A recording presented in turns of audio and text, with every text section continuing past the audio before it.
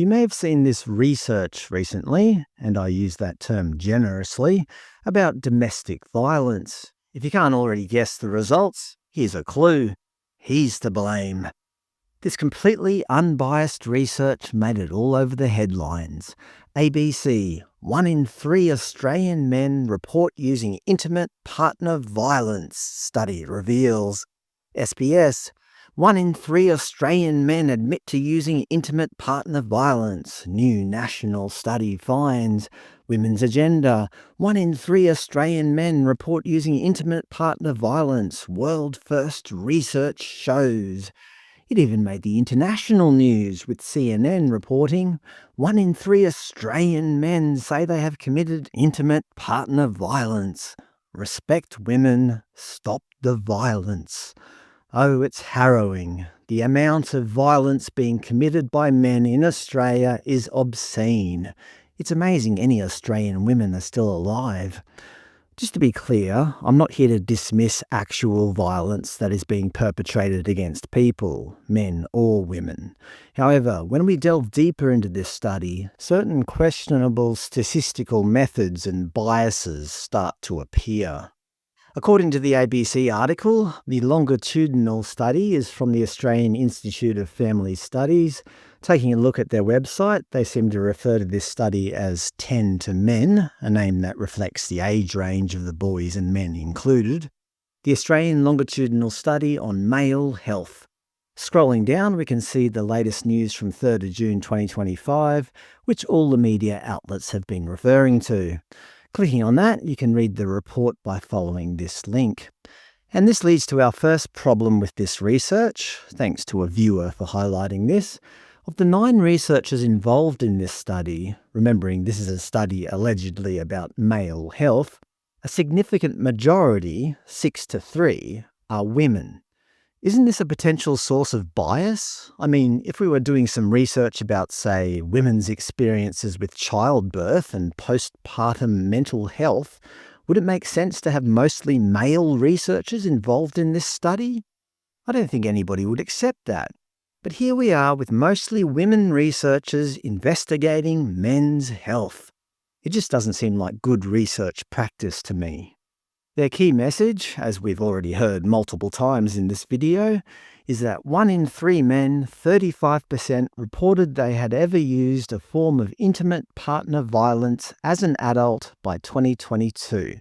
Apparently, this is up from 24% since 2013. So their conclusion points to one of two things. Either more men are committing violence, more men are admitting to it, or perhaps the understanding and reporting of what constitutes violence has shifted. Using statistical extrapolation and modelling, they conclude that 120,000 men every year, on average, are starting to use intimate partner violence. However, what is their definition of intimate partner violence? Well, firstly, they note that emotional type abuse, 32%, was the most common form of intimate partner violence used, followed by physical violence, 9%, and sexual abuse, 2%. Okay, the last two, physical violence and sexual abuse, I would certainly classify as actual violence. It's pretty cut and dried, as long as they're defining it as I would define it. We'll look into that soon. They indicate in this graph that over the last 10 years, emotional type abuse has significantly increased. But how do they classify emotional abuse? Under their methods section, specifically measures, they say that respondents were presented with a series of questions following the prompt, "As an adult, how have you behaved towards a past or present partner?" and asked to respond either yes or no. Regarding emotional type abuse, they asked the question, "Have you ever behaved in a manner that has made a partner feel frightened or anxious?" Now, this is what I take issue with. Perhaps making a partner feel frightened is bordering on abuse, depending on how you frame it. Presumably, they don't mean scaring someone at Halloween, though the question doesn't explicitly exclude such scenarios. Ultimately, it's up to the respondent to interpret the question how they see fit, which is problematic. But in the same question, they also include making someone feel anxious. Have you made a partner feel frightened or anxious? Is making someone feel anxious really a type of violence? I mean, probably a couple of times a week, someone makes me feel anxious, my family included. But would I classify that as them committing violence against me? Not at all. I would argue that whenever a couple have an argument, at least one of the parties, if not both, feels anxious. I mean, that's the nature of conflict. Remembering you only have to have done this once in history in order for this to count towards their statistics of intimate partner violence. So I guess my opinion on this is that this 32% of men who admit to emotional abuse could well be overly inflated due to the wording of the question. And I think they know that when they publish these headlines. 1 in 3 Australian men say they have committed intimate partner violence. They know that the average person is interpreting that as physical violence. The average punter isn't thinking, oh, someone made their wife feel anxious 3 years ago during an argument. That counts as intimate partner violence. No, nobody would think that, but they ran these headlines anyway. For completeness, the study also asked about physical violence. Have you ever hit, slapped, kicked, or otherwise physically hurt a partner when you were angry? I would agree that is actual violence, as well as sexual abuse. Have you ever forced a partner to have sex or made them engage in any sexual activity they did not want? Again, I would agree with them that this is violence or abuse. Interestingly, they also asked some questions to measure men's experience of intimate partner violence, that is, violence they've experienced themselves. Specifically, they asked, have you ever felt frightened or anxious because of the behaviour of a partner? Have you ever been hit, slapped, kicked, or otherwise physically hurt by a partner when they were angry?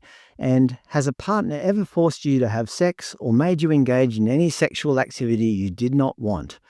Now, this would be some interesting data, but from what I can see in the publicly available report, they haven't provided it.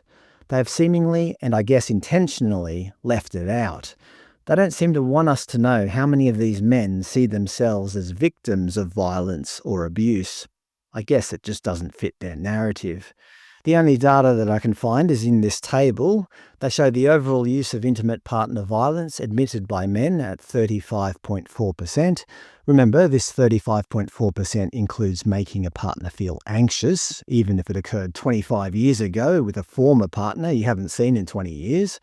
They also show ever used intimate partner violence only, which means 10.1% of respondents reported having committed it, but never experienced it themselves.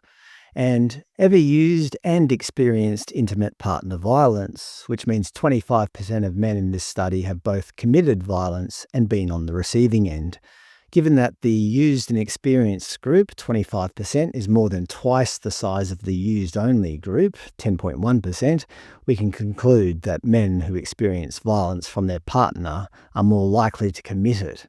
But again, they do not want to show how many men have experienced violence or abuse. I'd suspect it's high. They just don't seem interested in publishing this figure, which is very poor form. I can only surmise that this is intentional. But the biggest omission in this research, in my opinion, is the fact they didn't include women. They chose only to ask men whether they've committed intimate partner violence and didn't pose the same crucial questions to female partners. I think they could have easily included women in this research, but they didn't. What if they asked women the same question? Have you ever behaved in a manner that has made a partner feel frightened or anxious? I would guess that an equally large number of women have made their male partners feel anxious. What about asking women, have you ever hit, slapped, kicked, or otherwise physically hurt a partner when you were angry? Again, I would suggest that an equally large number of women have engaged in such behaviour, but they chose not to include women. Instead, they ran with the headline, 1 in 3 Australian men report using intimate partner violence, without ever having asked the same set of questions to the opposite gender. This is biased, is it not? This constitutes selective reporting and makes the study at least statistically questionable. Anyway, that's my thoughts on this research. Please let me know your thoughts below.